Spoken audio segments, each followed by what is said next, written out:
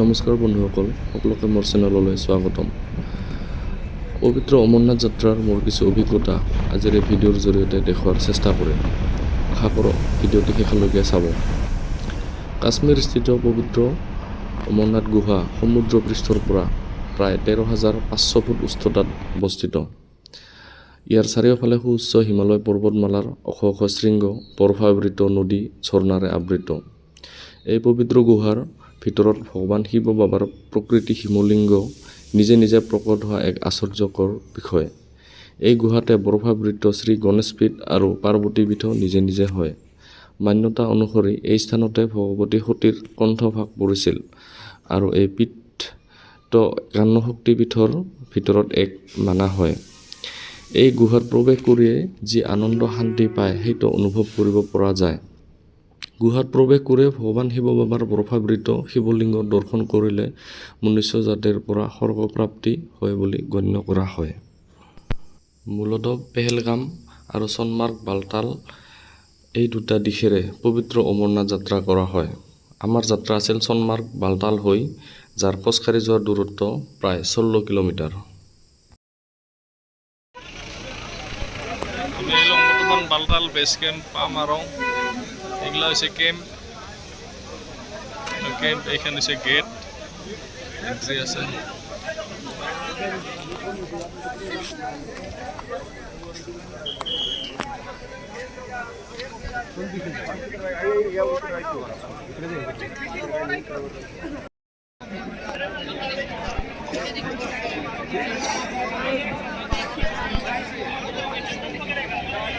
Experience কওক দাদা।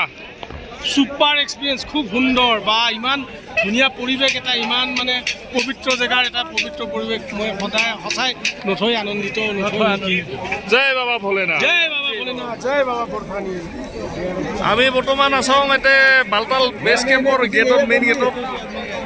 মোটামুটি 3 ঘণ্টামান সময় লাইনত লাগিল, লাহে যাই আছোঁ। একদম ভিৰ, মানে কি ক'ম আৰু। লাইন দেখা পাইছে, বেগ চেগ লৈ একদম অসুবিধা হৈছে। বেছ কেম্পত এইবোৰ বহু পৰিমাণে সুসজ্জিত লংগৰবোৰ আছে, য'ত নেকি সুস্বাদু নিঃশুল্ক খাদ্য সম্ভাৰ পোৱা যায়। তাৰে ভিতৰত আমিও এখন লংগৰত সোমাই ৰাতিৰ আহাৰ গ্ৰহণ কৰোঁ।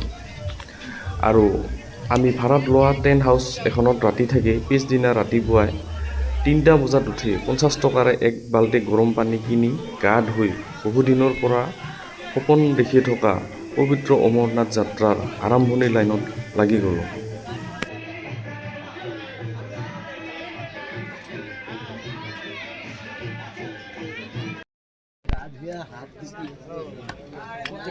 আমি বৰ্তমান যাত্ৰাৰ মানে ৰেডি, লাইন লাগি আছোঁ। যাম আৰু অলপ পাছতে যাত্ৰা আৰম্ভ হ'ব। লগবিলাখন পুৰা লাইন লাগি আছে এইফালে।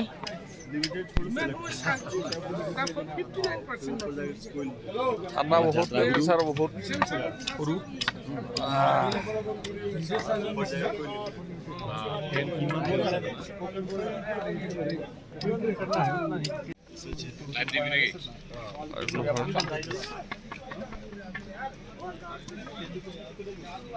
জয় বাবা বৰফানী, জয়।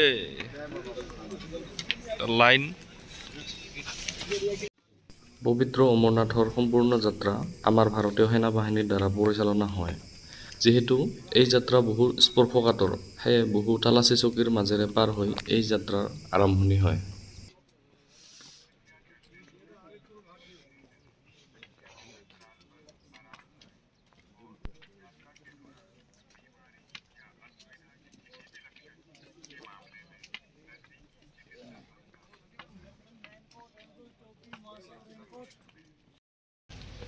আমাৰ এৰেবাৰী যাত্ৰা আৰম্ভ হ'ব। এতিয়া বৰ্তমান ৰাতিপুৱাৰ ভাগত এই লংগৰগিলাখন আছে, ইয়াতে বিশাল ভাণ্ডাৰা এইগিলাখন আছে। ইয়াতে আমি চাহ পানী খাই লওঁ, গোটাখানে চব ফ্ৰী হয়। এইফালে পাৰি আহিলোঁ আমি, এইবাৰ এইফালে যাম।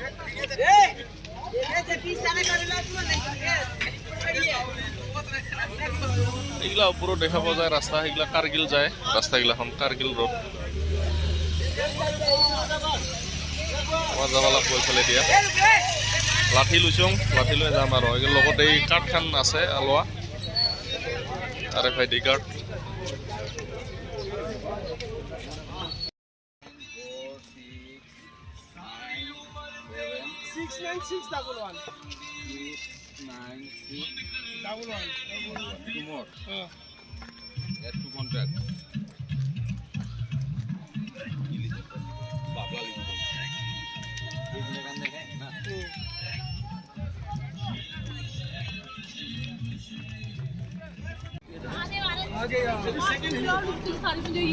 हर हर महादेव हर हर महादेव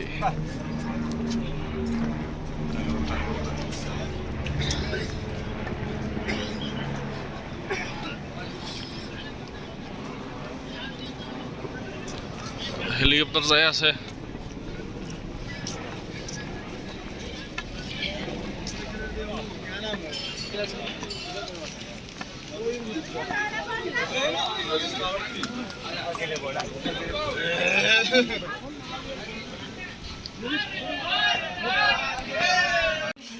संजू यार आपके साथ चलिए चलिए चलिए चलिए से चलो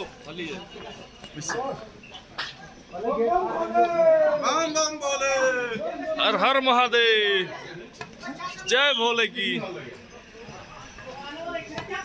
जय भोले की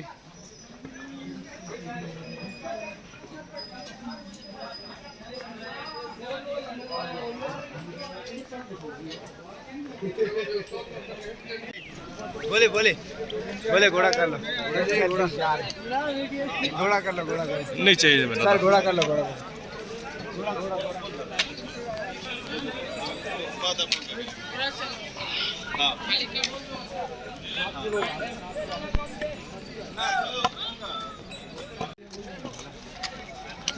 এইটা আমার রাস্তা এফালে দিয়ে যাব লাও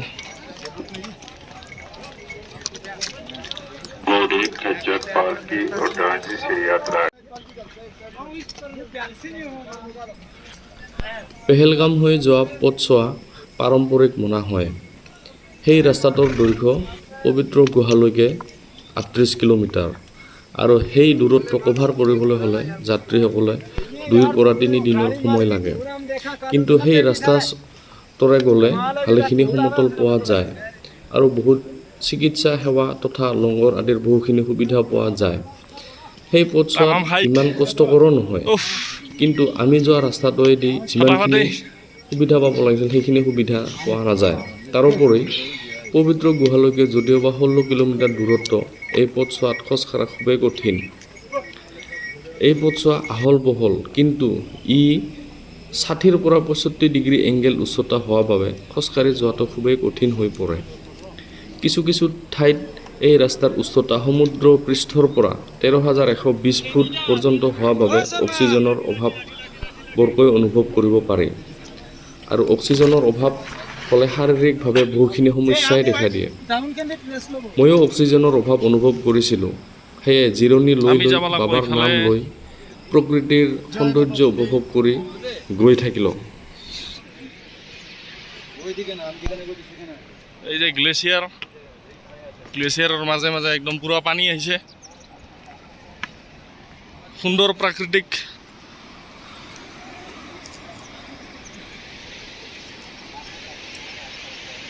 চেংৰা মানুহগিলাখন ঘৰৰ পিঠিত আহি আছে মান সন্মান নোহোৱা নিচিনা কৰি দুনিয়াৰ বুঢ়া মানুহকেইটাই বেৰে যায় আছে ইগো বহুত একটা ডাউনেৰ পাছত একদম ডেঞ্জাৰাস থিয়ে আছে এই হেলিকপ্টাৰ আহি আছে হোৱা নাই ৰ এ হৈছে আৰু অলপ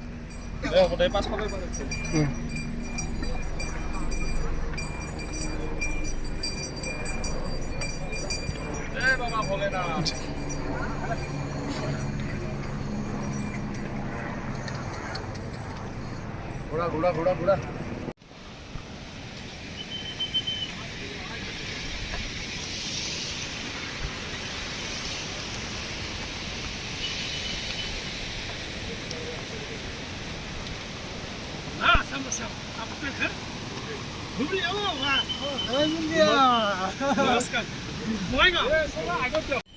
সব গ্লেচিয়াৰ খিনিৰ পৰা ৰাস্তা কাটং একদম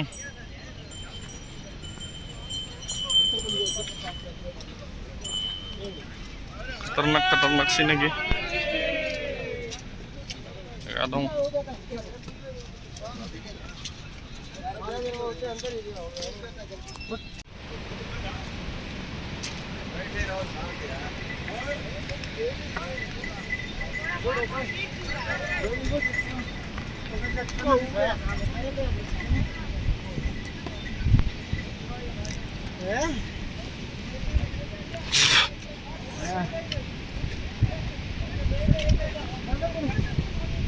ডেঞ্জারাস হাইট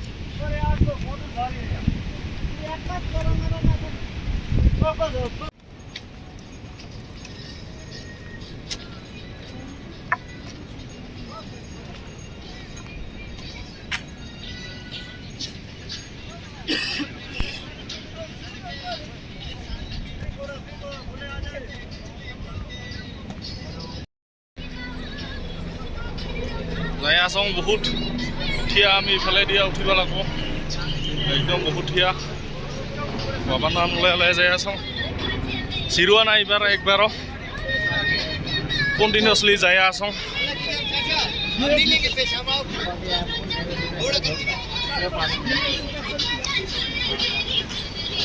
বাবার নাম লৈ যাই আছং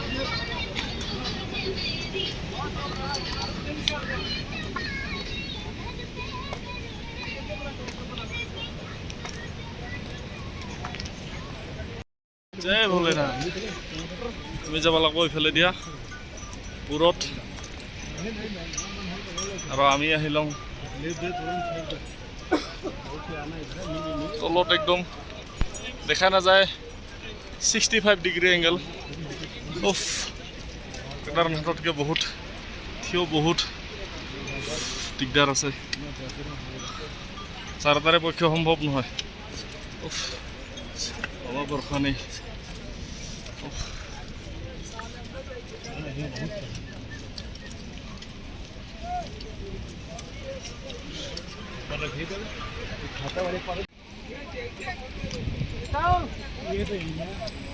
যোৱা 2023 চনৰ ছেপ্টেম্বৰ মাহত আমি উত্তৰাখণ্ডস্থিত শ্ৰী কেদাৰনাথ যাত্ৰা কৰিছিলোঁ সেই ভিডিঅ'টি মোৰ চেনেলত দিয়া আছে যদি আপুনি চোৱা নাই এবাৰ চাই ল'ব কিন্তু আমাৰ এই শ্ৰী অমৰনাথ যাত্ৰাটো শ্ৰী কেদাৰনাথ যাত্ৰাতকৈ বহু বেছি কঠিন অনুভৱ কৰিছোঁ এই যাত্ৰাৰ পথৰ উচ্চতা খুবেই কঠিন খুবেই কষ্টকৰ কিন্তু তথাপিও আমি বাবাৰ নাম লৈ গৈয়ে থাকিলোঁ যিহেতু এই পবিত্ৰ যাত্ৰাৰ সপোন বহুদিন ধৰি দেখি আছিলোঁ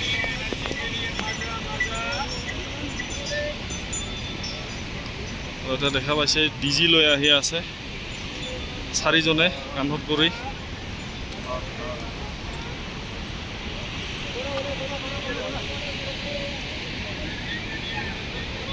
আমি আহিলোঁ এইফালে পাৰি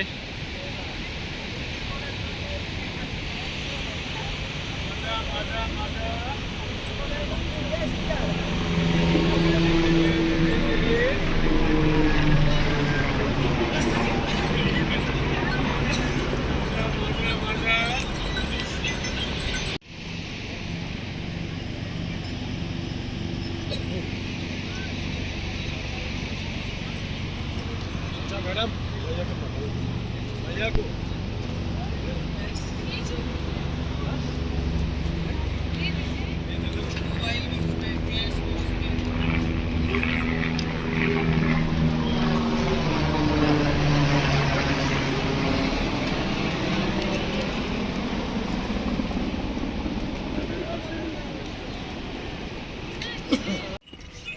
এনপ থিয় একদম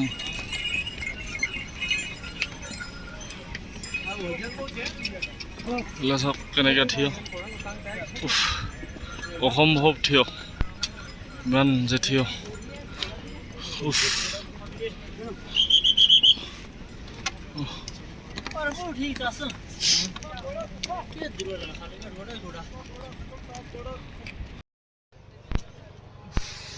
বাৰাৰি টপ পাই লওঁ টপ পোৱাৰ পাছতে ৰাস্তা দুই ভাগ হয় দুই ভাগ হোৱাৰ লগে লগে এইফালে একদম সৰু ৰাস্তা একদম গ্লেচিয়াৰ এইটো পটত আছে দোকান চোকান আছে ইয়াৰ পাছত এইখিনি পাৰ হ'লে আৰু 3 কিলোমিটাৰ পাছতহে আছে আৰু আমাৰ মোটামুটি 6 কিলোমিটাৰ মান আছে আৰু একদম পাবা উফ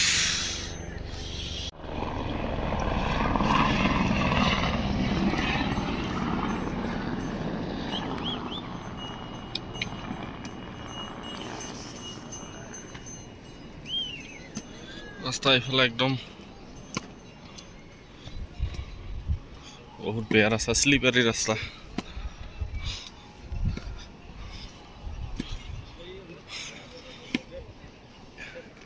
গেলে গেল আর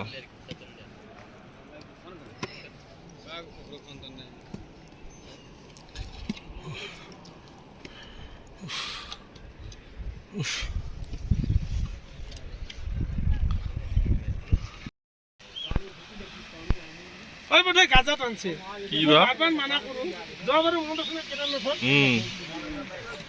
খোজ কৰাৰ টাইমত নো স্মোক একদম নেগেটিভ বিউটিফুল মানে একেবাৰে চিনাৰীৰ মাজত আহি পাইলোঁ এইফালে বেৰে বেৰে যাই আছোঁ ধুনীয়া ধূলা ৰাস্তাগিলাখন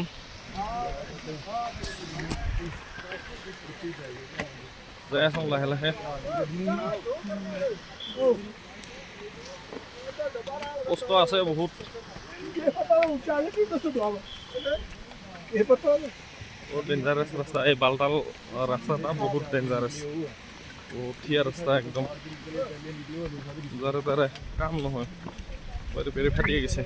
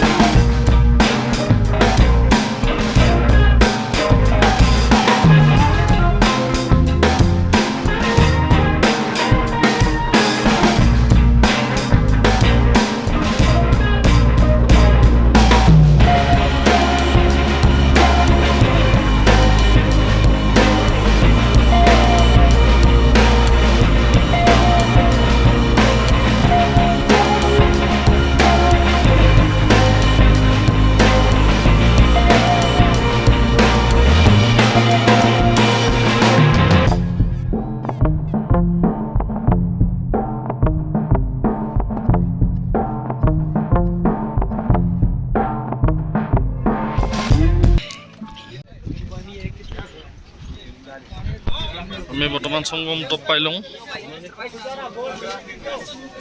সংগম টপ মানে এইফালে বাৰে পেহেলগাম হৈ অহা ৰাস্তাটা আহি পালে আৰু আমাৰ এই বালতাল ৰোডটা লগ হ'ব অলপ দূৰ যাৱাৰ পাছত সংগম টপ একেবাৰে আমাৰ বাবাৰো দৰ্শন হ'ব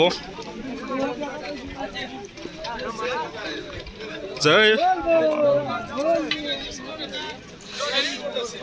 জয় শিৱশংকৰ বাহ আমাৰ প্ৰথম দৰ্শন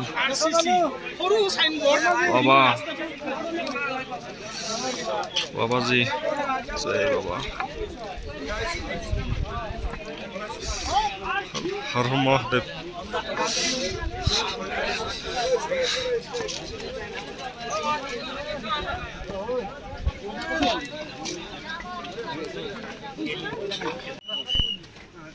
ডেঞ্জাৰ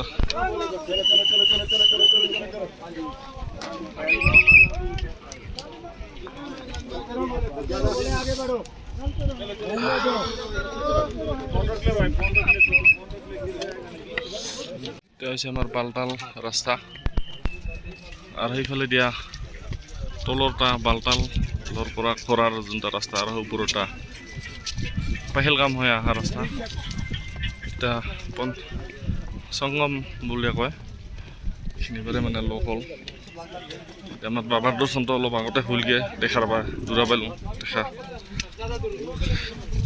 2-2.5 কিলোমিটাৰ আছে, এইখিনি হ'লে আৰু আবাৰ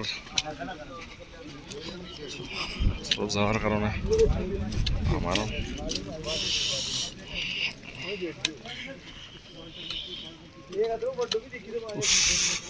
গ্লেসিয়াৰ তো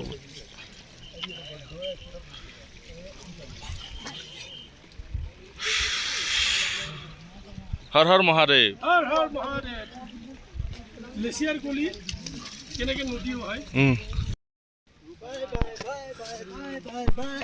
আমি আহিয়া বৰ্তমান পাইলোঁ আৰু বাবাৰ নগৰী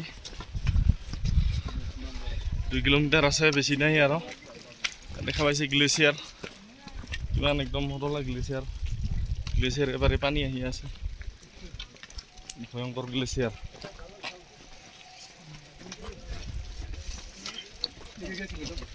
আমাৰ শৰ্মাদা গ্লেচিয়াৰখিনি পাৰিয়া আছে, ভয়ংকৰ গ্লেচিয়াৰ না।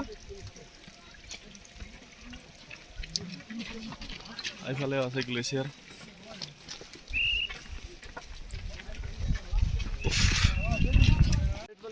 গ্লেচিয়াৰ ব্লেক আইচ একদম গ্লেচিয়াৰ।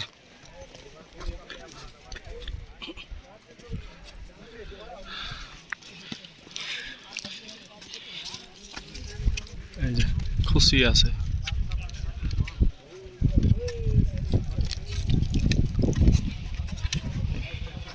এতিয়া আইচ ব্লেক আইচ।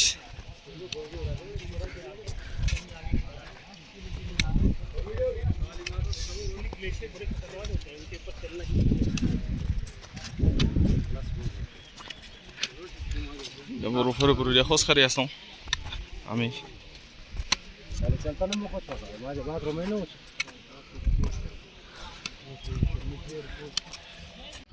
এই যে আমাৰ বাবাৰ জাগা আহিয়া পাইলং আৰু বাবাৰ জাগাৰ মাজত এইগিলা একদম বৰফ, একদম চাৰিওফালে বৰফ চব গ্লেচিয়াৰ আৰু পাহাৰৰ মাথাগিলাখন চাওক কিমান যে হাইট, এইগিলাখন কি ধৰণৰ পাহাৰ। আৰু এইফালে একদম ভয়ানক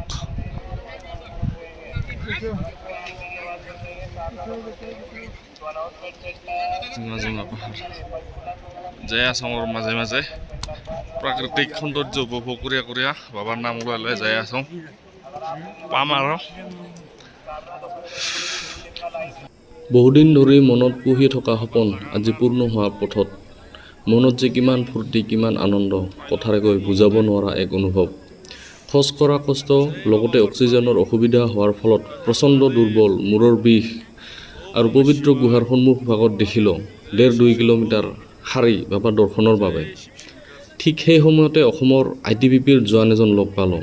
যিহেতু আমাৰ গলত ৰাজবংশী গামোচা আৰু অসমীয়া গামোচা আছিল, আমাক দেখাৰ লগে লগে তেখেতে মাত দিলে। তেখেতৰ ঘৰ পাঠশালা বুলি জানিব পাৰিছিলোঁ। সেই জোৱানৰ টেণ্টত আমাৰ বেগ, জোতা আদি সামগ্ৰী ৰাখিব সুবিধা কৰি দিয়াৰ লগতে আমাক বহুখিনি সহায় আগবঢ়াইছিল পবিত্ৰ গুহাৰ প্ৰৱেশত। এই যাত্ৰাত অৱশ্যে আমি ভালেসংখ্যক বঙাইগাঁও তথা অসমৰ জোৱান লগ পাইছিলোঁ।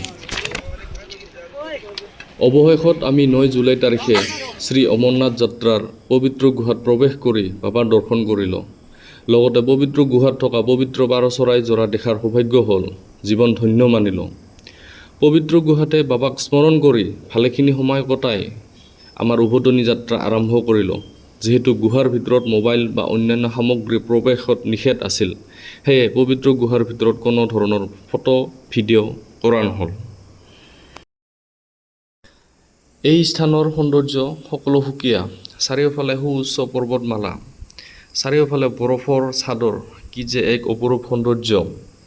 কিছু নিজৰা আছে যাৰ পানী বতাহৰ বাবে ওপৰৰ পৰা অলটাকৈ ওপৰলৈহে পৰে। এই প্ৰাকৃতিক পৰিৱেশৰ পৰা উভতি অহাৰ যেন মনেই নাযায়। স্বাস্থ্যৰ কণ্ডিশ্যন খুব ভাল নোহোৱা বাবে ইমানকৈ ফটো উঠা নহ'ল। যি দুখনমান উঠিছোঁ সেই ভিডিঅ'ত আপলোড কৰিলোঁ।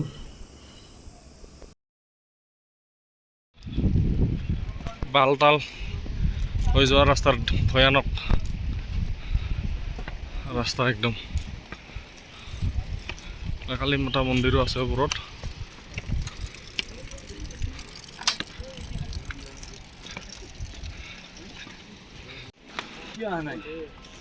ইডিয়া যখন মই নামি আছো আমাৰ কালী মাতা মন্দিৰ। এইটো বোৰ্ডৰ কথা কৈছিল না আপনি?